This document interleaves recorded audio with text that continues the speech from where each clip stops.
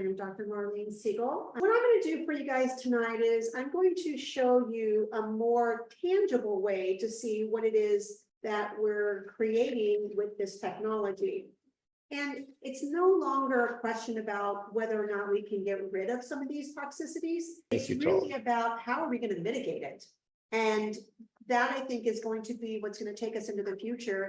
We can get rid of the things that we can get rid of, but we're not going to get rid of glyphosate. We're not getting rid of 5G towers. It's here to stay. We all have the cell phones. So we have to find these safer and more effective ways to mitigate the effects that this is having on our bodies, on our pets' bodies, and even on planet Earth.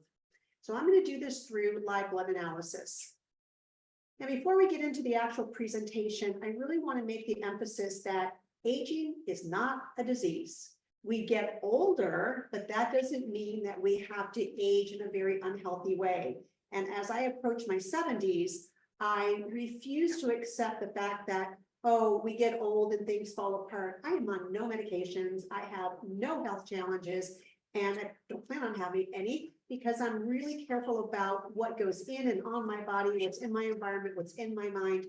And I think it makes a huge difference.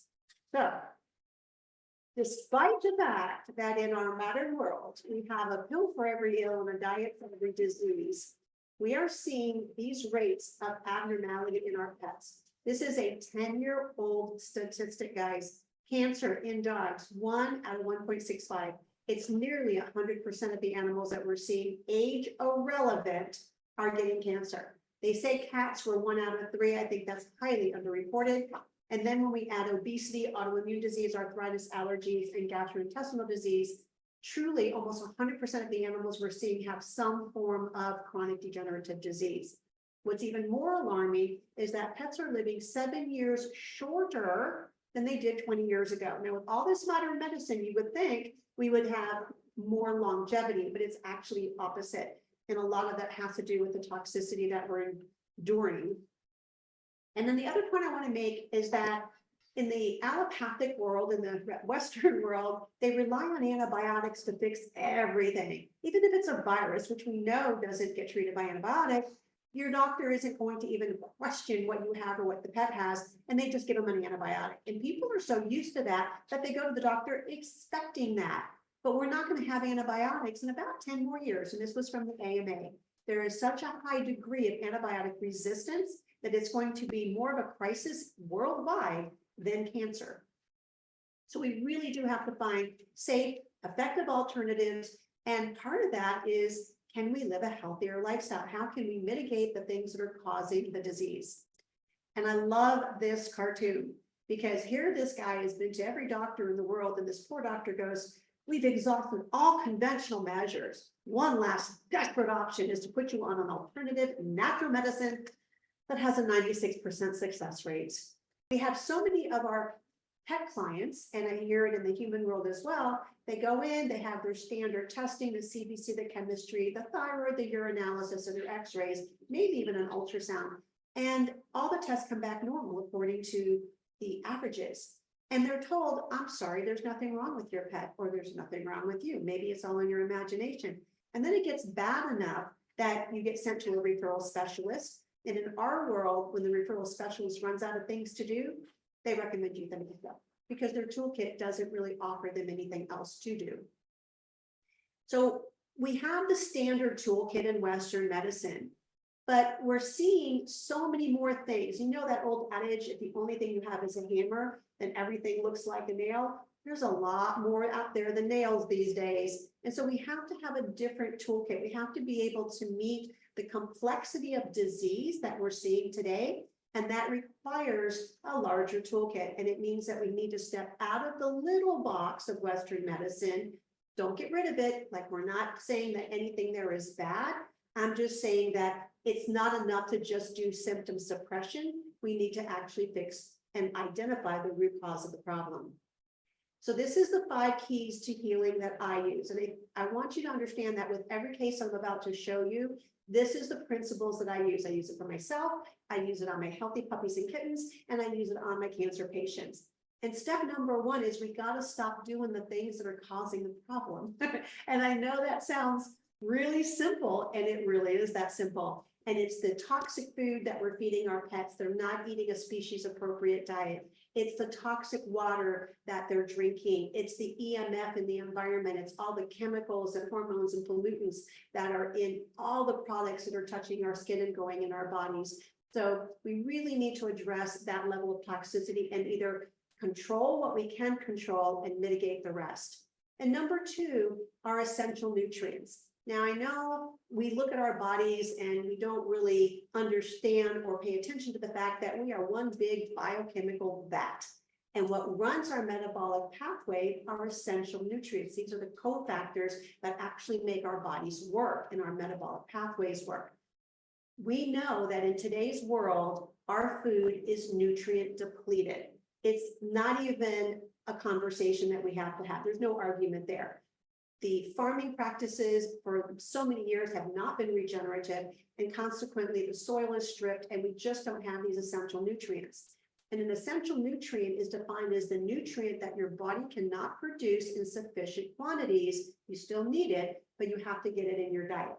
So if the animal that you are feeding to your pet was not on a pasture that had nutrient-rich grasses, then they're going to be nutrient deficient. Whoever eats that animal is going to be nutrient deficient, and it just keeps going.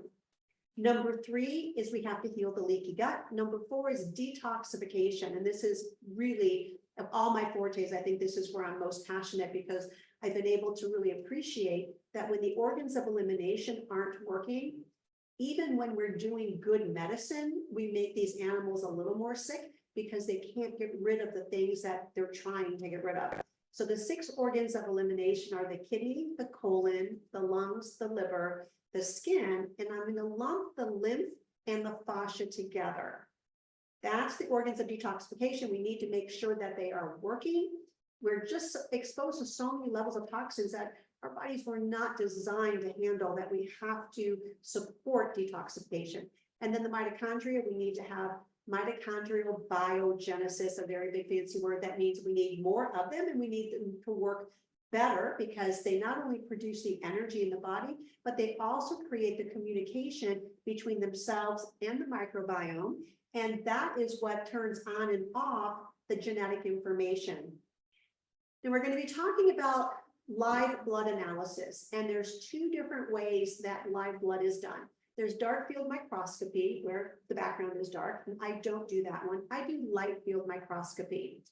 Now, why this is important is because when we look at the cells, all those little round things that you're looking at, whether it's light or dark field, those are red blood cells. And their job is to actually pick up oxygen from their surface area, from the lungs, and then they deliver that oxygen to the tissues. And then in the tissue, they pick up all the waste material from the cell's metabolism, and then they deliver that out the organs of elimination.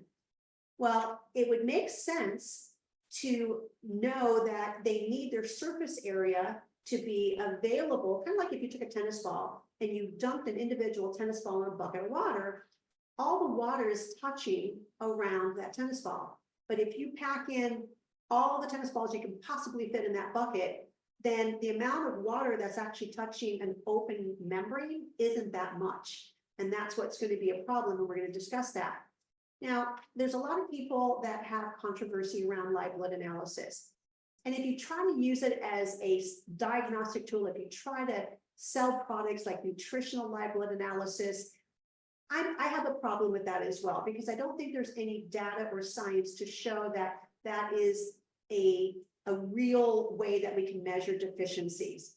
However, if we use it in a way to be able to look at the morphology or the condition of the red blood cell, we can see free radical damage, we can see parasites, bacteria, and yeast, and we can see undigested proteins and fat. We also can see anemia.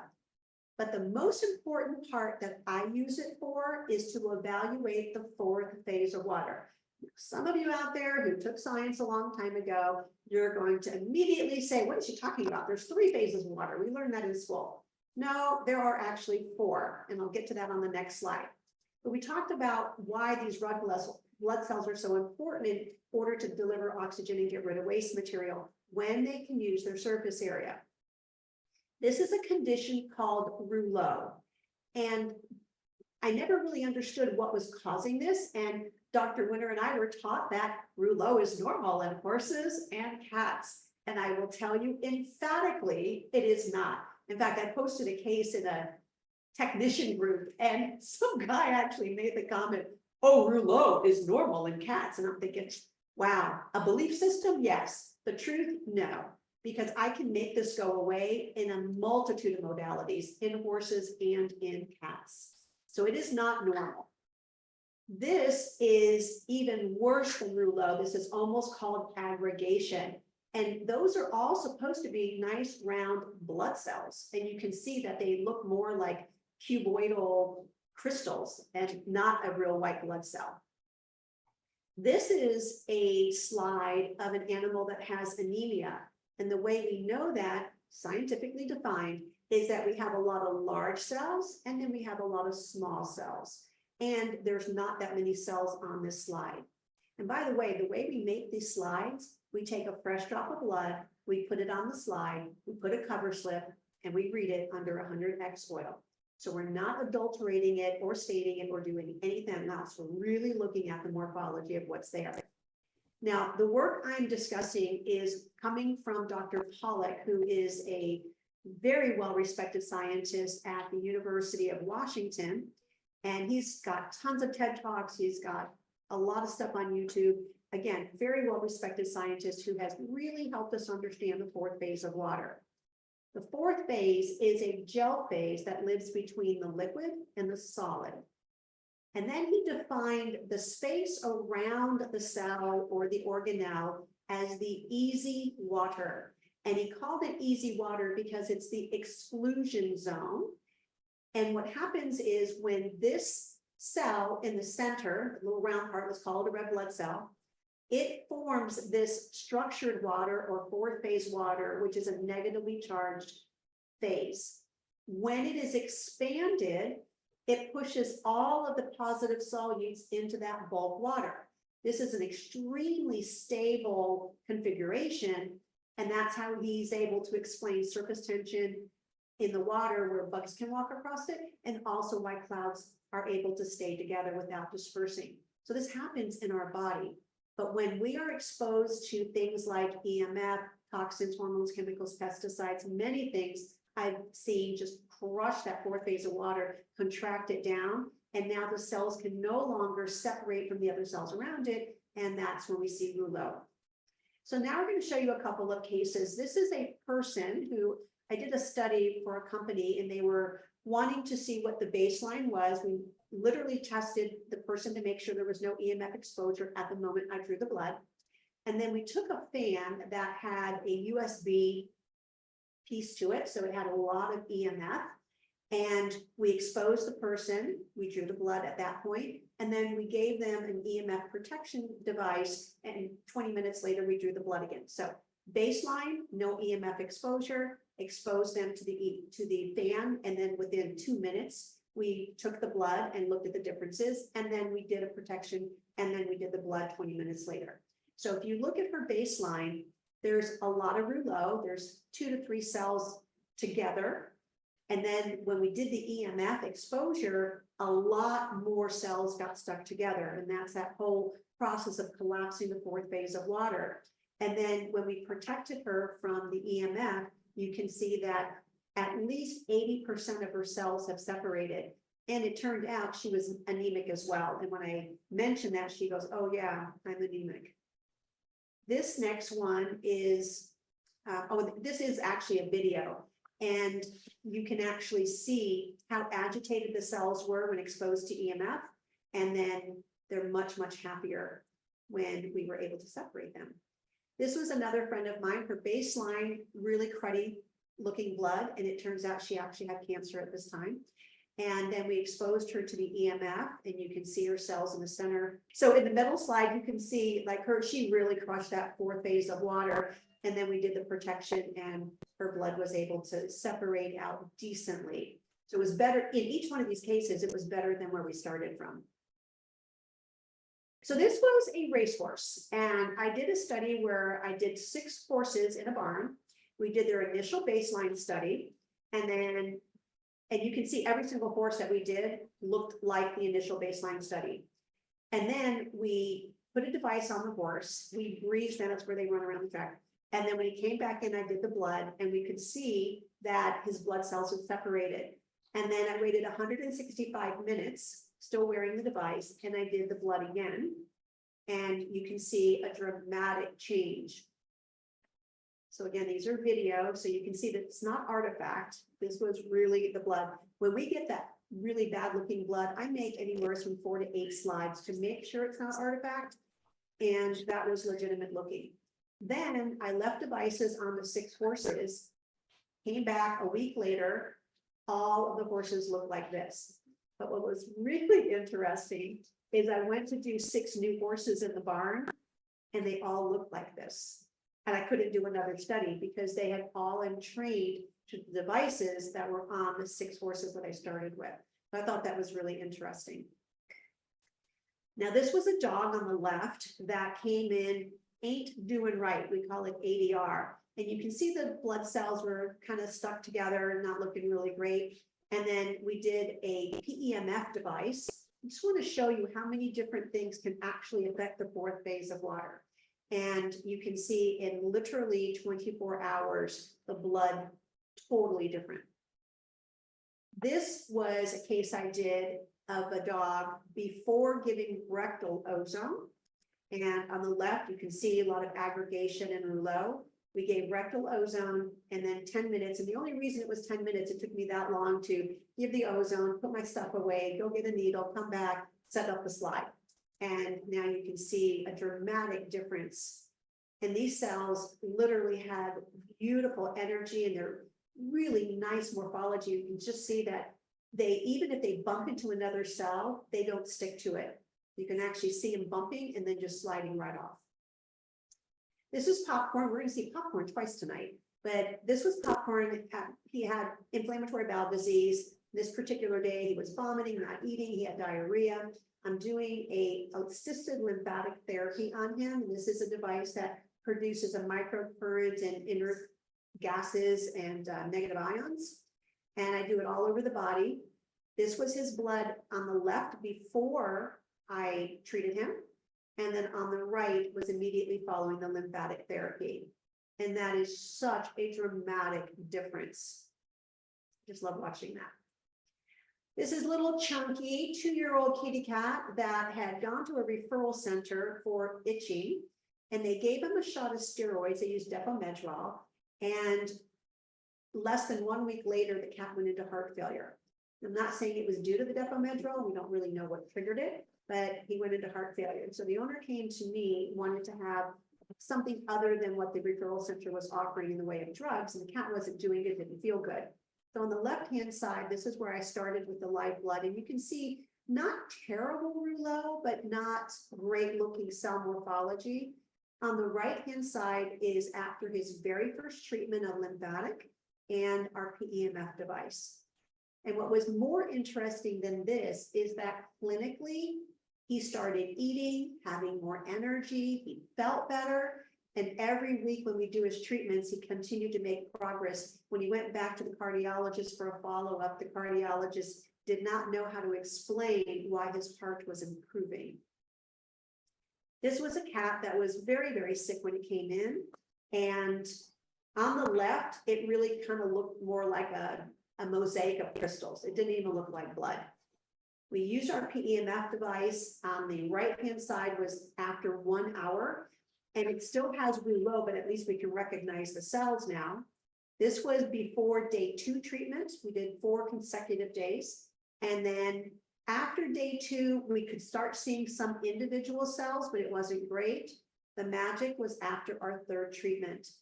So we saw the blood right before we did the treatment. And then after the treatment, we had full cell separation. We did day 4, the blood remained looking good before and after, and then we checked 3 weeks later and he continued to look that good without further treatments. Little Suki went to a referral center for very severe vomiting and diarrhea. Liver enzymes are off the chart. They said Suki had severe liver disease. He probably wasn't going to live. And they got the vomiting and diarrhea under control. And then the referral center said, you need to go find a regular vet to continue the care. So Suki comes to me, and this was Suki's live blood. And you can see in the background, there is a bunch of bouncy stuff. That was fat that wasn't being digested. And Suki had been fasted already for 7 hours. So that should never have been there. Lots of Rouleaux, lots of fat in the blood.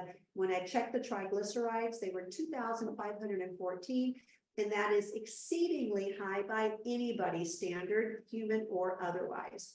So we started doing a diet change. We started adding some enzymes, but really in one day, how much are you going to get done? And we used our PEMF device, and we can see that in the background, there is about 50% reduction in fat. He's still not fully converted over to a raw diet, but we're moving in that direction, and the cells look markedly better. Day 2, I didn't get the live blood done. This is day 3. And when I play this, pay attention to the background. There's some yeast in the background, but there's nothing bouncing around, and the cells look beautiful. In conjunction with that, we see clinical changes in the gut, which is cool when you're able to take something tangible and see the changes under a microscope and then correlate that with how the animal is changing. You know, that's not just in your head and you're not making it up. So we started with triglycerides at 2,514 with all the fat in the Rouleaux. And 1 week later, his triglycerides were down to 125, which is normal range. And we used no drugs. All right. This is Little Burger. Now we're going to do a change using music or frequency. And the frequency we were using was 444 hertz. So he really came in just for a wellness check. He was on his way to the University of Florida to have some little fatty tumors removed. And they just wanted to make sure he was doing okay. So we did his blood on the left, and we saw a slinky in his blood, and he looked terrible.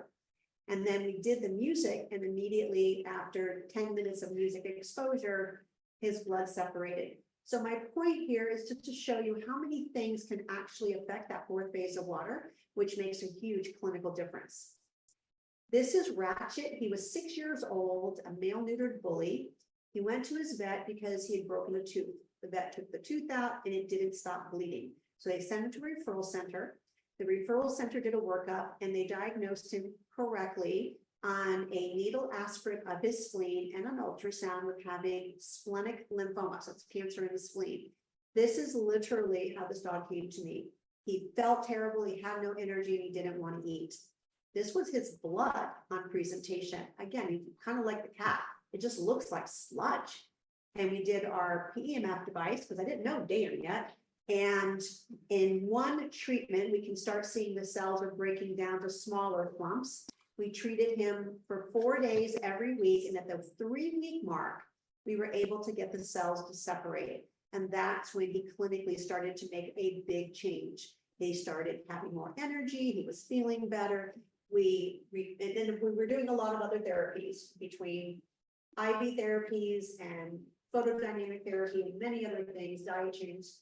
And we re-ultrasounded him at the end of 10 weeks. And he was confirmed by a board certified radiologist to be free of cancer. He had no more cancer in his spleen. So he went from that to that.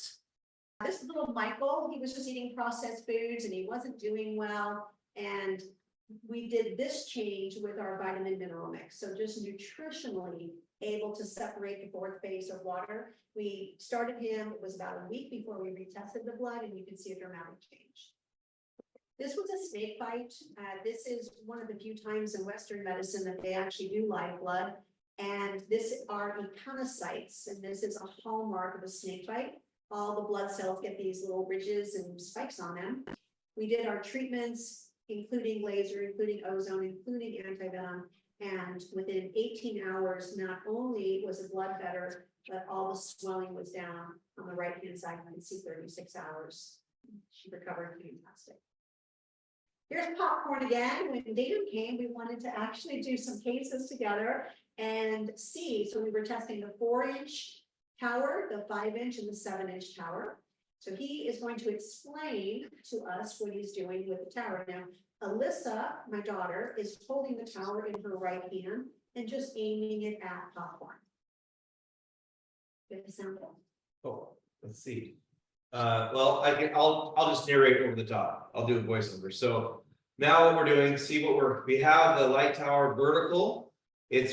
We looked at the meridian lines of a dog and how they were going and moving. And there's probably more research we could do with regards to that. But what we want to do is we want to align the light tower, and we want that hashed line, I think if you can see that, in line with the energy, the flow of energy for the dogs.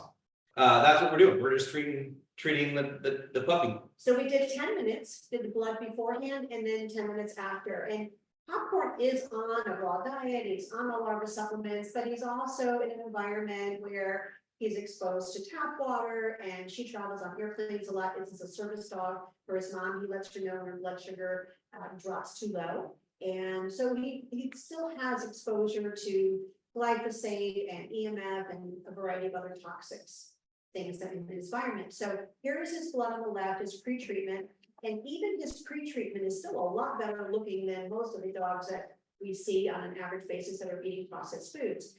But you can see that he has probably a good 40 or 50% of his cells have just a little bit of toxicity. They have a little bumpy area around and not a lot stuck together, which is great, but they're not that big, beautiful clump cell. 10 minutes after the 7-inch tower was pointing at him, that was his blood. And we just thought it was a remarkable improvement in 10 minutes, which, can you imagine if you have this in your home and he was just immersed in this all the time and his blood could stay that good. This is Bruno, and Bruno's 4.5-year-old male Great Dane. And he has some polyps in his rectum. So he came in for me to evaluate that. And we took advantage of doing his live blood and treating him. And I think we also used the 7-inch tower on him. So he's also eating a raw diet. So his blood isn't as horrible as most of the ones that we see, but we certainly still see a good variety of toxic cells. And he's drinking mostly Dasani water out of a plastic bottle. So there's still a lot of toxins coming through that plastic. And their environment is not 100% pristine either. No EMF mitigation whatsoever. And then we did 10 minutes on the 7-inch tower. And again, it's a dramatic improvement to his blood. Then this is Lychee. This was a kitty cat that came in. Lychee was pretty much in the 11th hour. And we decided to do something with the tower. Now at that time, I only had a 4-inch tower. So we put the tower under the cat. And it was 45 minutes later that we tested the blood. I didn't have a 7-inch tower, but now that we've done several cases, I'm pretty sure had I had a 7-inch tower, this would have improved a lot faster. But we could see that a lot of cells separated and a lot of them did clump up and have a much better morphology. And the cat started feeling better. Yeah, and I'll just say, it kind of, to me, this shows the difference in the strength of the products. So, I'm kind of talking about how much water going over a waterfall, but it's also how quickly do you want to see a result. And these, we're seeing the data here, difference between 10 minutes and 45 minutes. We did have one question about how to orient it. So I just want to hit that a little better. You want it to be in line with your body's energy flow, or in this case with the dogs or the cats. So above the heart, you want the hash line towards you or towards the subject. So whatever if it's the laptop here, going towards the laptop with the face towards that. And that's what we're going to use to treat this computer or the puppies. I think that hopefully, Jerry, that helps answer your question. I know that's a good question, and it'll come up again, and feel free to always ask anytime, but that's how we try to orient it. We also laid the cat on it. There you go. That was the other thing that we did. We had it still pointing through the head end, but many times we just had her sleeping on it, and we would have her on for an hour, and then we would take her off for a couple of hours, and then we would put her on again. And that's because we know there's an energy draw there. We know that we're physiologically affecting the flow. And when they're already depleted and they're already very stressed, you don't want to just take and and burn your fire out, like with acupuncture, you don't want to do too much. You want to lightly pump and make the energy come up. You don't want to just put a big log on and knock it off. So we were just doing on and off, and that was really helping her a lot. One other relevant question here too is, the question was, is there a horizontal effect as well as vertical? With these light towers just by themselves, there is a slight rate, horizontal radius or radial effect, but a majority of it is vertical. The reason we developed the stand was to help produce a stronger horizontal field. So that kind of addressed that issue. And then the conditioner is a horizontal and vertical. So that hopefully, Jasmine, that helps answer your question. Excellent. So this is our last case. This is Juliet. She's a Great Pyrenees that has been having problems with vomiting and diarrhea. And we did her which is on the screen. Didn't look terrible. And then we treated her with the 5-inch light tower. Saw some improvement. This was 10 minutes. But then watch this. After that, we did the 7-inch tower. And it is a dramatic difference from the and 10 minutes of the 5-inch. So this really helped me to solidify that the 7-inch really does have an effect over the 4 and 5-inch. So the difference between a master and a beginner is that the master has failed more times than the beginner has ever tried.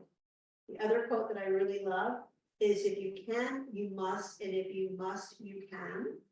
That's Tony Robbins. And my absolute favorite, which falls in line with my philosophy, is that there really is no failure. And the reason for failure is simply a lack of resourcefulness. So that's why I'm always looking for technologies and tips and tools that can help my patients get healthier, faster, and these towers are quite amazing. And EMF is just really one of the most devastating things that are affecting our animals. And I've got tons of computers all over here. We have a lab full of equipment. We have technology monitoring and surgery. So they are inundated in an EMF field. Having these technologies inside which can help mitigate all of that for these animals is really priceless.